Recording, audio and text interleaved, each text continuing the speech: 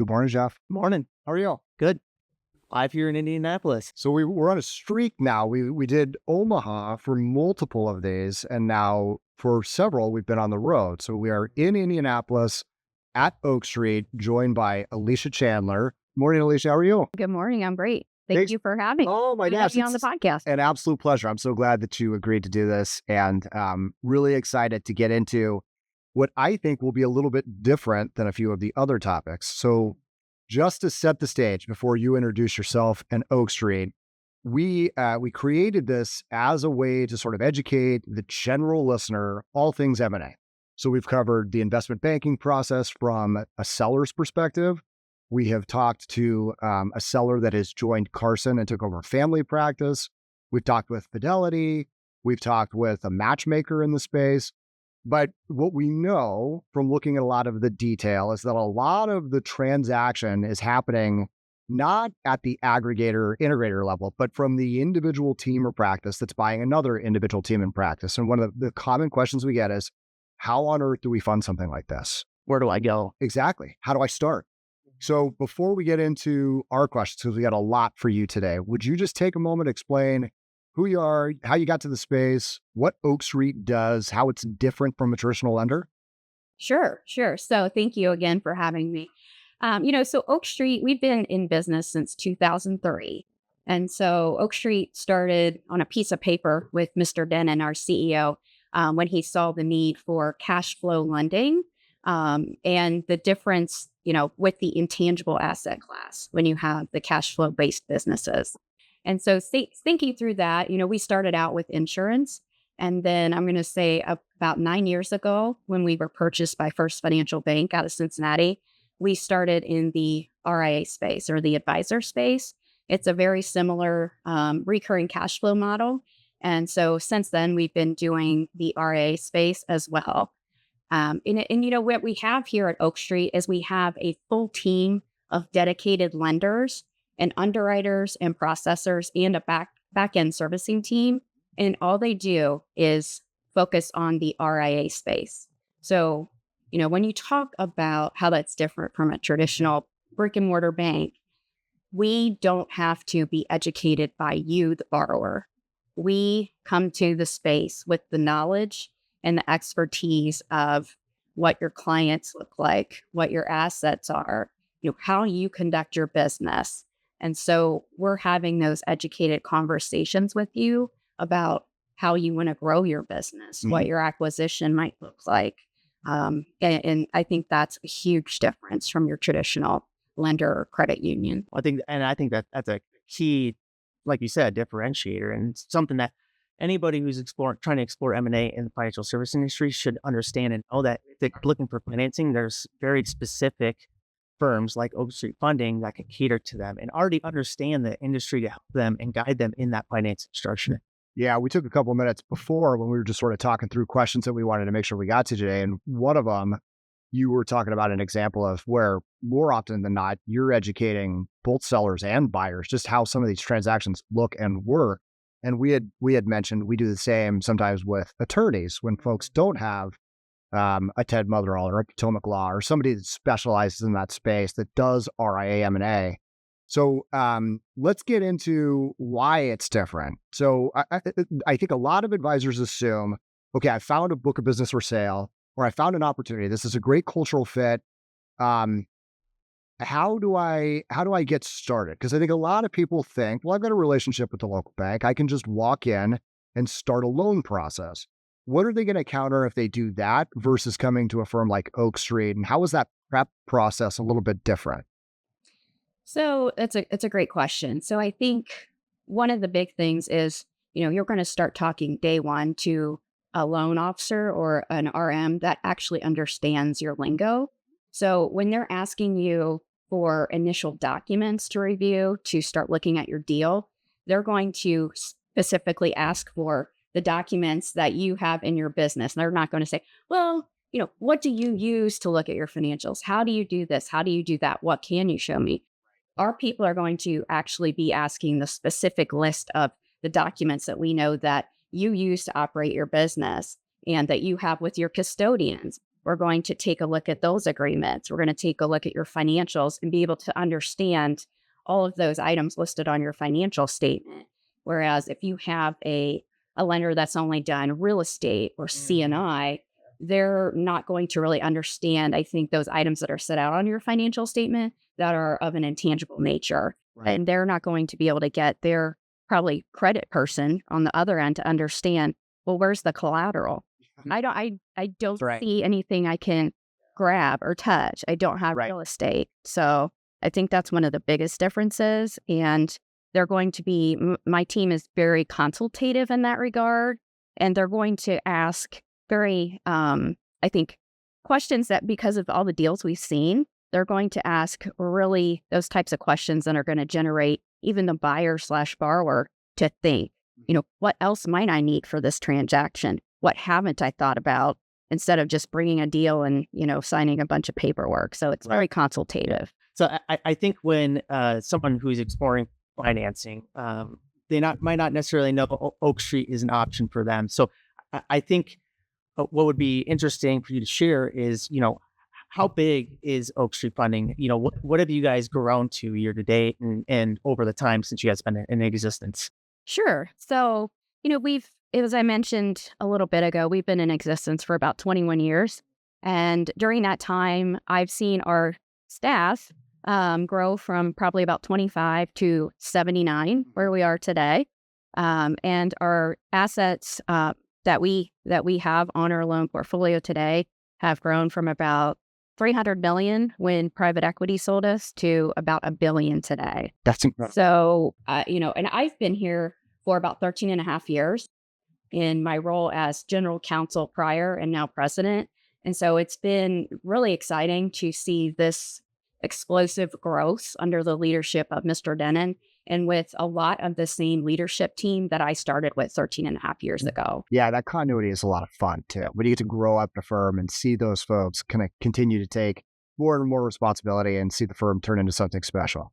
Yeah. And with this RIA space, it has become our largest vertical in the last 2 years. It's really exploded in terms of the various lines of business that we do, insurance, RIA, and CPA. And so it's very neat to see the growth of this industry, the variety of deals, the creativity of the advisors in the buying and selling of these businesses. It's never ending. No, I had a mentor in the space that always used the quote, if you've met one independent financial advisor, you've met one independent financial advisor. And I think there's a lot of truth to that. There are so many ways to do business, so many ways to get creative around a deal, so many different ways why a deal makes sense, or somebody would even want to pursue something.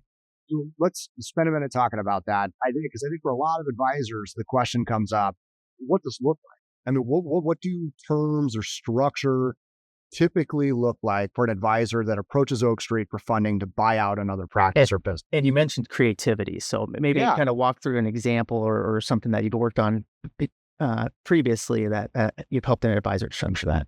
Sure. So I can touch base first on just what a typical deal might look like.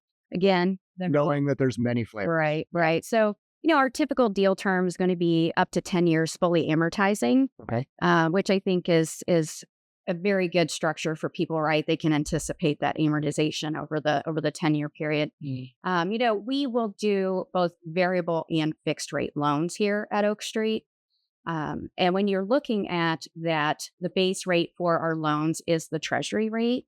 And so if we're doing a variable rate, we're going to be looking at the 1 month treasury, which today is a little below 5 as we sit here. And we're going to add a spread on top of that. And that spread for us it's risk-based pricing. So we're going to take a look at the cash flow and the leverage for each specific deal. And depending on that and a few other factors, we're going to add a spread on top of that. So that spread could be anywhere from 3.5 up to 5.5, depending on, obviously, again, the strength of the deal. And, again, we can also look at fixed. We can look at a 2-year fixed product, a 5-year fixed product, which will be based on those treasury rates. And after that fixed period, the loan will go to variable. So we have a couple different options. And I think that right now people are sticking with the variable rate with all the changes. betting that it's going to. Or it shows a level of flexibility too. Correct. To provide. And how about success rate? So if an advisor has done multiple transactions and pulled through those assets and the revenue, does that success rate factor into the risk score? Or on the inverse side of that, if an advisor has never done a transaction, does that impact the amount of risk involved in the deal? It sure does. When we get someone that's a first-time buyer, Right. that's when our sales team and our underwriting team really needs to have that, those deep conversations around the reason for the purchase. As I know you guys have seen this a lot lately, is really the why. And, what are the synergies between the firms? What is the reason that the seller is looking to sell? What kind of team do you have in place? What is the investment philosophy? And so that's when we're really going to be digging into those intangible type of questions. And if it's someone that's done a couple transactions, we're going to look at the historical retention of those purchases. We're going to see if there were any hiccups. And, if they've had a hiccup with a deal, really what we want to see is, what have you learned from that? Sure. Have you changed your due diligence process? What specific item caused you to stand back and say, you know what, that's a great learning experience for us going forward? So it's not necessarily always a bad thing, but it's something that we'll take a look at as well. Yeah, I would imagine there's a lot of education you're doing too, around items to watch out for or to look out for. And I would imagine there are times when maybe it's a repeat buyer that you've done work with in the past, you've loaned to in the past, where you might look at a deal at the due diligence and you're having a really candid conversation around, hey, we can do this, but it might be in your best interest not to, or think a little bit different about this deal than maybe you have in the past. So I would imagine that consultative relationship you're building with some of your repeat buyers is really important to them and part of the value that a firm like Oak Street provides. Yeah, I think it is, because the things that, we'll take a look at is, the variety in the book of business. And if we have some concern about, maybe the average age, Sure. look, Right. obviously that's something that I think everyone would be concerned about, and the average household size. If there's any concentration risk, Yep. That's a huge one. If there's a large concentration of a specific, maybe a family or an individual in the book of business, there might be a different structure that we're comfortable lending, or a different maybe advance rate that we're willing to lend up to, and that the seller might have to take a longer earn out to ensure that, those assets transfer over and that everyone is aligned. And I think at the end of the day for us, when we're looking at these deals, whether it's repeat borrowers or first time, we're really looking for the alignment of the buyer and seller. Amen. Yeah. Yeah. That's huge. Well, it sounds like there's a lot of things that you guys are looking at that a buyer's also looking at for funding, evaluation, multiple on the business. Right. So, I mean, that's great to hear and great to see. Yeah. Yeah. I mean, if you had mentioned about creativity, and I think it also goes back to something you had mentioned, when we're dealing with, sometimes we have these first-time buyers and sellers, we will spend a lot of time, and this could be from my in-house counsel in the salespeople, to having even consultative conversations with the seller and the seller's counsel on who Oak Street is, why we're here, the fact that we've been in this business for a very long time. We've seen many types of deals. And so we're taking that, almost an educational approach of, this is the types of deals that we've seen. These are the common structures, and really get that seller comfortable that even if you do have a subordinated seller note or an earnout, you're going to get your regular principal and interest payments. And look, when you're selling your business, you're wanting to sell it to a person that's going to continue on with your dream, to take care of your staff, to take care of your clients. And as long as that's the case, there should be no concerns with, with that seller note or. Yeah, I would imagine, just like we find ourselves, you end up being almost a therapist to these both buyers and sellers. And we were talking last night at dinner, and I know I'm a broken record on this, but it's not as easy when you decide to sell something that you have invested your entire life into. It oftentimes carries your family name on the door. It is the largest individual asset that he or she is selling. That is not as easy as deciding to use a different dry cleaner or a different grocery store. I mean, that is a major life-changing decision, and it carries a lot of weight with it. So having somebody that you can trust to walk you through the process whether that be the buyer, whether that be a lender, whether that be a banker or an attorney.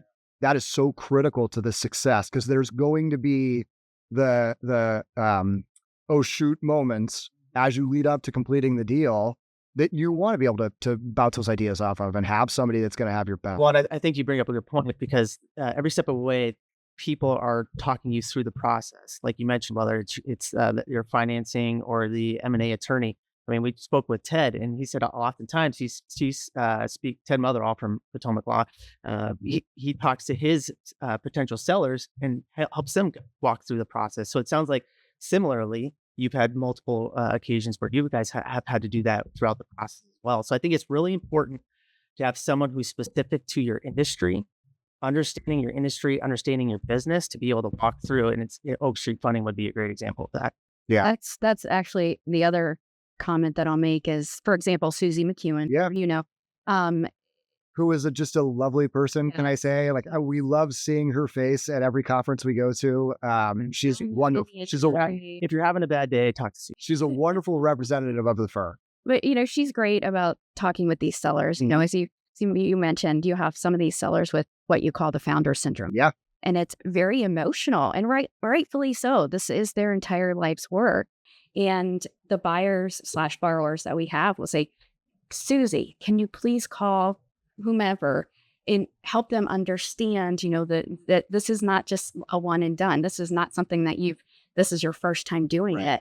And, thinking back to the traditional bank, the traditional banker is not going to be able to. The loan officer is not calling. Right. They're not going to call a seller and say, look, this is my name. This is how we've been doing this. This is the type of things we've seen. And to really, I think, get them comfortable that, we're here for everyone's benefit. And we're not, as a lender, we're not going to take on a risk that we're not comfortable with. That's just not what lenders do. Right. And so, if we don't think it's a good deal, we're not going to finance it. Sure. And so, it's just a lot of that hand holding that I think is very important. And we have people that will say, if you're not comfortable, you can call so-and-so that has done a loan with us.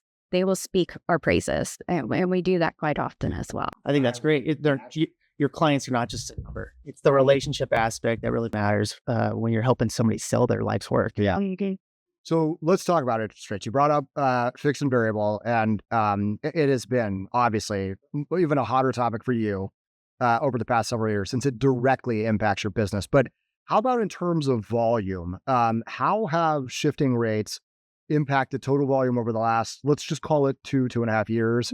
And more recently, has there been greater optimism around getting a deal done with the recent decrease? Has there been an uptick in inquiries or questions around what this might look like? Sure. So, I think in the beginning, when the rates had increased, it was a shock to a lot of people. And I'll say especially first-time buyers and sellers. That was we talked about on the way over here. I imagine. Yeah. I mean, you had, I think, some of the larger players that were seeing it as a cost of doing business. But if you've never borrowed before and you're looking at, a difference of 5%, that's huge. But as time's gone on and people continue to see that there is that need in the market to, continue on with buying businesses and consolidating and keeping up with your competitors, it is a necessary cost of doing business. And so, we did see the resurgence of the deals, I'm going to say in early 2023 into 24. And, when the news started coming of rates looking like they're going to start dropping, in the last couple of weeks when we've been at conferences that you guys have been at, the M&A and succession conversations have ticked up. It's been a huge swell of activity. Yeah. And I was talking to two of my loan officers yesterday, and they are drowning in applications. So I know the activity has definitely followed. Yeah, what a great problem to have. Yeah, I think you're absolutely right. And volatility in the market certainly plays into that too. When you have EBITDA numbers or bottom line cash flow maybe being lower than you expected, combined with the end of what had essentially been free money for so long. If you were a first-time buyer, I could imagine, or on the flip side of that, if you're a seller and you're seeing cash flow down, knowing that that's what you're going to ultimately be judged on, it can't help but have some level of impact. But I think that jives with what we've heard, what we've seen, especially over the past year in particular.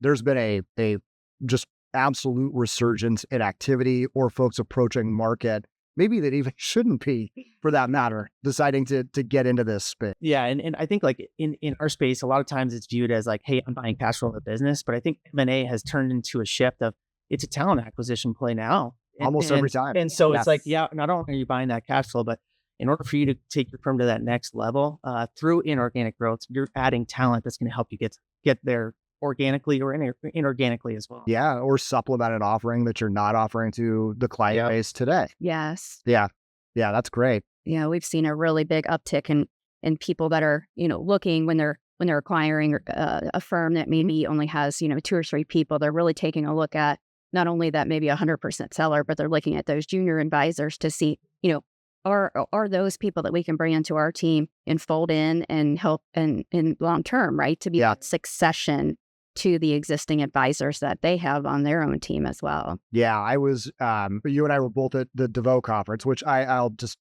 shamelessly plug. That's one of my favorite conferences all year long.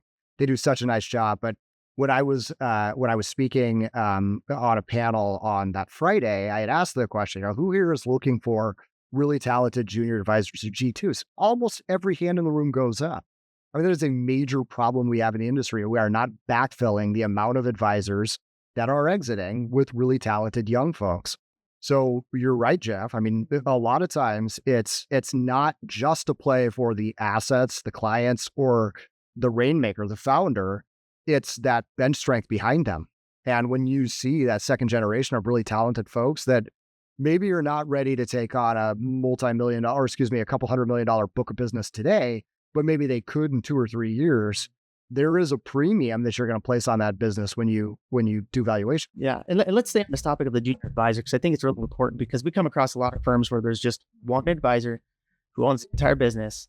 How have you worked with advisors to structure the G2 to finance and purchase that G1 out? Maybe talk about an example that you've worked And if I get out on that, Yeah. how has that changed with the valuation spike that we've seen over the past 4 or 5 years?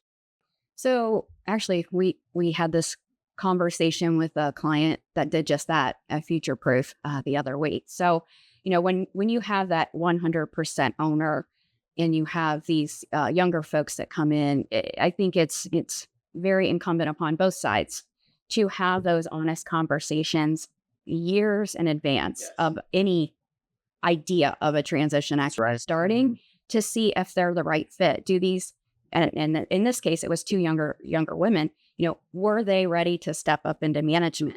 Were they really to step up and be those, I'll say, new face with the clients and to work in the financial aspects of the company? And so they put themselves out there to this G1 very early on and said, we do want to be the next generation. And so they stepped into those, I'll say, COO, CFO type roles, probably 4 or 5 years before they then went ahead with the actual succession plan that got them into ownership.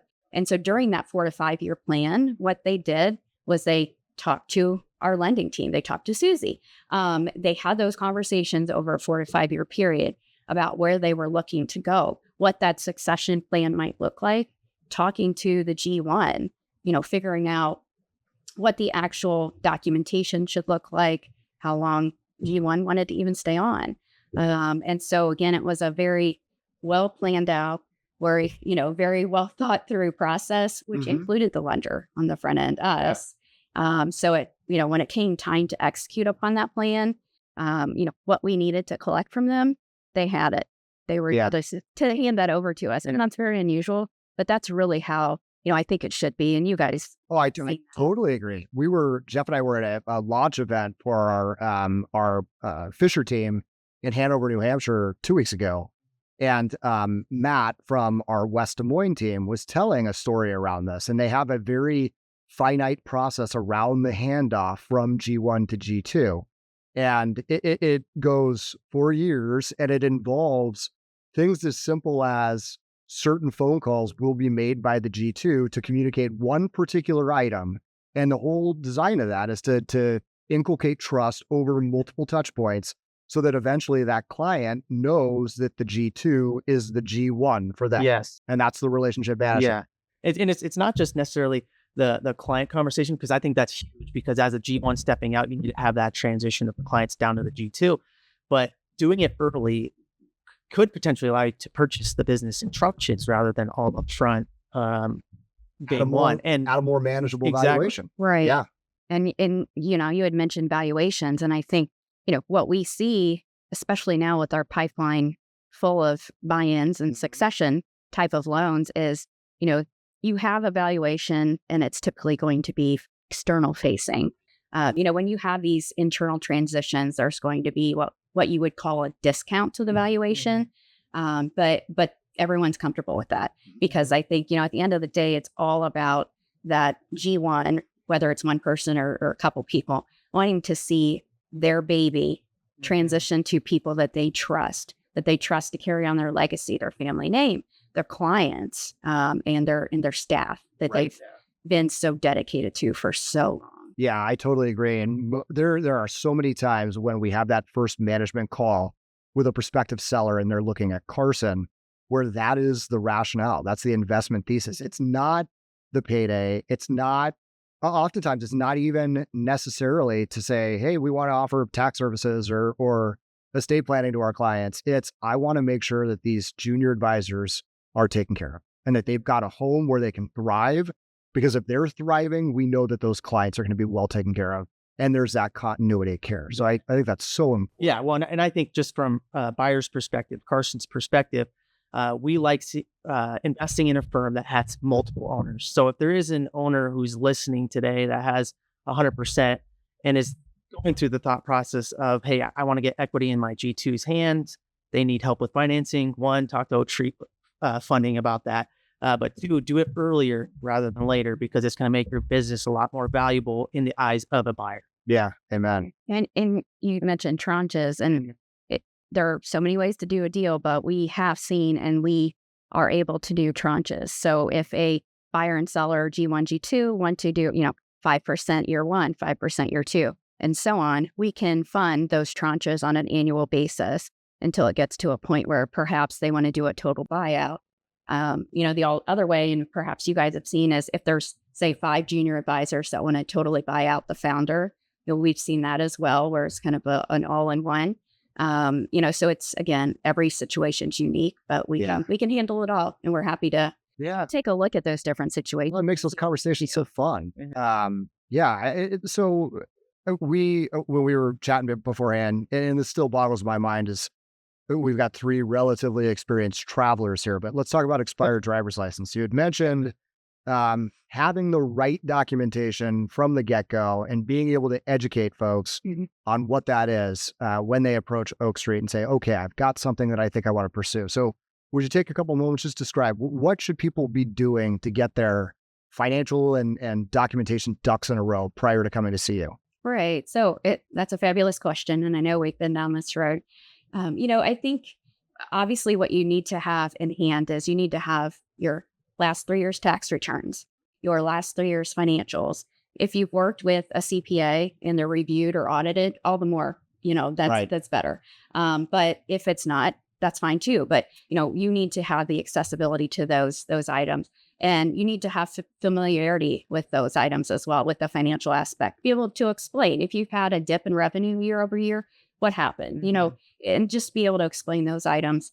And, in terms of the legal, it's going to be things like making sure you have your articles of organization or incorporation, your operating agreement, your bylaws, whichever the case may be, copies of your stock certificates, a list of owners, unexpired driver's license. And again, these sound very simple, but we see it quite often. And so, I think, I harp on get your financial and your legal house in order. And a lot of times the easy way you can do that is to work with an industry consultant or someone that understands the business and can really, help you understand, here's what the lending package is going to look like. Or getting in touch with one of my lenders and saying, what do I need? Even if you're not ready to do a deal tomorrow, you need to understand what a lender is going to ask for and be able to gather that information to be able to provide it, when the time comes. Right. I would imagine you guys have a checklist of some sort. You provide a loan checklist for everybody. And that's great. And we can, depending on the deal, if it's M&A, if it's succession, the partner buy-ins, that checklist changes. Yeah. So Right. not one size fits all either. Yeah, ours does too. I mean, I'd say that whether somebody has their own independent RIA, part of a corporate RIA, it changes what we're going to look for. Obviously we're not going to ask somebody for a compliance manual if they're part of a broker dealer. So that's interesting. And So go ahead. just real quick, the other thing that I know you'll appreciate as well is we're going to take a look at that book of business, right? Yes. That's under management. Yeah. We're going to dig through that. We're going to look for any concentration risk, the average age of the client, the household size. So we're really going to get into those type of details as well and just really understand, what the book looks like. If there's been any organic growth over the last few years, what that looks like, and really take a hard look at that. That is such a major topic for us right now, the organic growth component. I mean, that is the single most important driver of valuation. I was at a conference in New York earlier this week with Pershing BNY, and Bob Worrells from Hightower was on stage talking about exactly that, and just how important it is to see some level of base organic growth exclusive of market so that it shows a business development mindset. He talks about how if somebody's at 0 to 1, I'm not going to take you to 15, but if there's 5 to 6, I know I can do some things to juice that or make that more attractive. And our CEO, Bert White, has talked oftentimes about the sort of leaky bucket problem that we have right now in our industry. Most clients are working with advisors that are inside 5 years of their own age. So as we see this succession crisis with advisors, that is coinciding with, God forbid, clients wanting to actually withdraw the money they've spent their entire life saving. So you need to be growing at anywhere from 5 to 10% just to sort of tread water with client distributions if you're of, a more seasoned age in our industry and you're looking. And it goes back to just having a deeper bench on your own team with different age and demographic groups so that you can help fill those holes in the bucket. Yeah. Right? So How many times do we see that, you get that G2 in there and the organic growth explodes? Yeah. It's amazing. It is. It's like they've been holding back, just, waiting for that opportunity. And that's really neat. I love hearing those stories of, these G2, the women that I was talking about, they bought in, and the amount of organic growth they've had year over year is just phenomenal. Right. And they're very proud of it. And the sellers are proud. Right? Oh, they should. One is just so proud that this is what they've left in these folks' hands, and they've done so well with it. I mean, they're driving such tangible enterprise value for that G1 advisor. It is. It's really exciting to see, and the enthusiasm there too. It's just it's catching. Yeah. Okay, so as we wrap up, how about any lessons or something that maybe you would impart on a younger advisor that is considering buying into a business, whether that's equity in a G1 or buying their own? Just anything that you would offer, sort of a last shout out to that advisor listening. Sure. So, interestingly, we had plenty of these conversations the other week. We were at some other events. I think it is incumbent upon these younger folks to ask. Do not be shy. That G1 is, they are looking for someone, and maybe there's not always that, that verbal, hey, I need someone, but it's really, I think, incumbent on you to go ahead and have those honest conversations. And if you're talking to someone and they are not aligned with, I think, what you are looking for your future growth, or don't think it is something that you want to undertake, then, perhaps that's a different direction you need to take, right? And so at the end of the day, it's all about having those open and honest conversations early and getting those plans put in place so that when it comes time to buy in or to make that succession plan, everyone's on the same page and not scrambling last minute, or no one's having those kind of fears or anxieties pop up. It's great advice. I mean, I think it comes down to listen to what the G2 is telling. If they're telling you that they want to be an owner, they're not going to be happy being a non-owner contributor. Likewise, if they say, I don't want to be an owner, you're not going to make them into an entrepreneur or an owner. They're never going to be comfortable with that. I was just going to say that too. Like, sometimes the conversation hasn't even been had. Right. So how is the G1 going to even know that you are capable or willing to step up in that ownership capacity? And I know you've seen it happen too, where they do have that conversation, and maybe there's 3 folks and one of them says, it's not for me. Right. That's okay. Absolutely. But you just need to understand that so you can plan accordingly. Right. the other folks are maybe needing to bring someone. And I think we can all say almost unanimously, once a deal is completed, if the advisor is of retirement age, after the deal is completed, they say, I've been getting this question from my clients. My clients have been asking, what happens to my accounts or my relationship if something happens to you or if you decide to retire? So that the question's being asked, it's time to start thinking thoughtfully about it now and getting the G2 involved. Yeah. Right. Awesome. Well, Alicia, thank you so much. You have a wonderful studio, wonderful staff. Thanks to Kira for setting this up and Susie for hosting us. Chelsea, I know you're out there. Thanks for producing this. We appreciate everything you do. Thank you. Thank you.